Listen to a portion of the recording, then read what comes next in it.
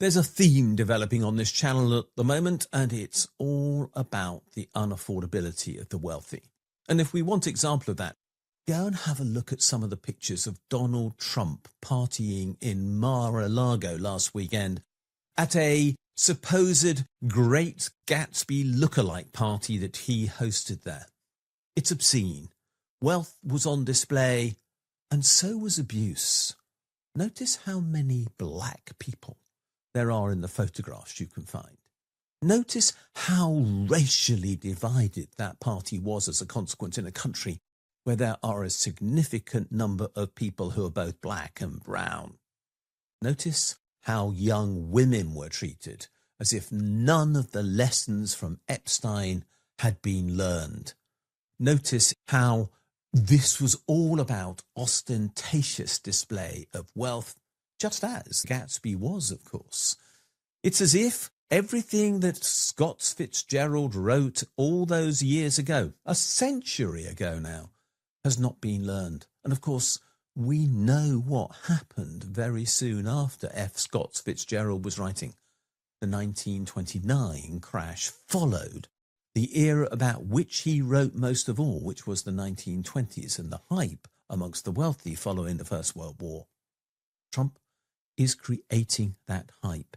He's putting forward that illusion, and he's doing so on the back of poor Americans. And we know that's true. How do we know it's true? That's because last weekend, while Trump was partying, millions and millions of Americans were facing the possibility that their Social Security payments, the SNAP program payments that support them in buying their basic essentials for life, including food, might not have been paid because of the close down by the Republicans of the government in Washington that has meant that these payments have been put in jeopardy. Now, we know now, but we didn't know last weekend, that 50% of those sums might be paid. But even so, just imagine it. Whilst Trump is partying and celebrating excess, millions of Americans who have literally no margin for error in their household budgets are suffering a reduction in one of their critical payments that makes it possible for them to feed their children. That is the reality of the world that Trump is creating. The heartless, the cruel, the people who dominate the scenes and who believe that they are of worth are willing to punish those who they think are worthless to advance their own political cause, irrespective of the actual consequence for children who end up in absolute need.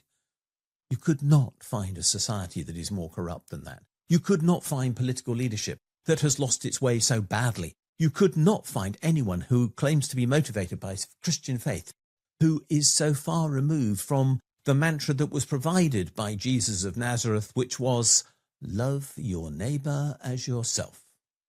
Trump, Vance, and all those in the administration clearly have no idea what that means. They've never read it and they don't care about it, and they're indifferent to the teachings to which they claim loyalty, which they only promote to advance their own cause. This is corruption writ large. I find the scenes at Mar-a-Lago in themselves offensive because of the waste that they embody at a time when we know that we can't afford that waste because it is fueling the climate crisis. But I find it so much more sinister and disturbing because we know that simultaneously people are being made to suffer deliberately for the Republican political cause. When that happens, a democracy is tottering on the brink. And the American democracy is tottering on the brink. It's tottering on the brink of failure because Trump has brought it to that place, and he has brought it to that place deliberately because he believes this is the route to perpetual power for him and his family in a way that will advance his cause and that of a few selected others at cost to everyone else about whom he simply doesn't care.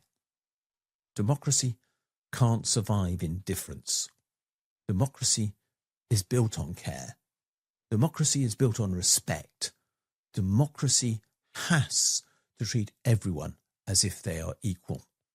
And in a society where that is not the case, and Trump so obviously represents such a society, then democracy is in peril. We face the risk that in Europe, there are many who would like to copy Trump and replicate his programs here for the advantage of a few at cost to the many. We can't afford that. We can't afford that in human terms. We can't afford that in climate terms. We can't afford that in terms of democracy. We can't afford that in terms of the alternative, which is exploitation and ultimately fascism, and all that leads to. We have to reclaim the politics of care from these people who are only interested in the politics of power. It's time to say enough. It's time to expose these people for what they are, the utter charlatans, the fraudsters, the falsehoods that they put forward, and the deceit behind their claims to be delivering for everyone.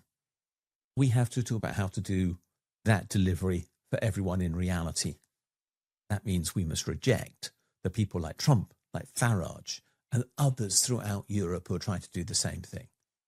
This is the moment where we have to decide whether to pivot and pivot away from the wealthy and their corruption and towards the poorest and their dignity.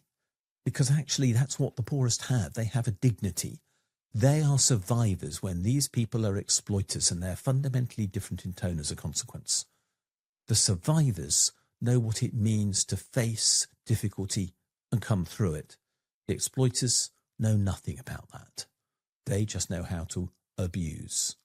I vote for those with dignity, those who want to survive, and those who must survive. We have to have that politics of care, and we can no longer afford people like Trump. Thanks for watching this video. If you've enjoyed it, please do click the like and subscribe buttons, because they do genuinely help us spread the word on YouTube. As importantly, could you have a look at the section below this video where it says more, and there you'll find a link to my blog. And if you follow that for the specific link to the blog entry related to this video, you'll find a transcript of this video and lots of other related material, plus a ChatGPT prompt that you could use to write a letter to your MP on the contents of this video, which will turn you into a campaigner, which will be a great thing to do. Finally, if you do appreciate the work we're doing, can you think about giving us a donation?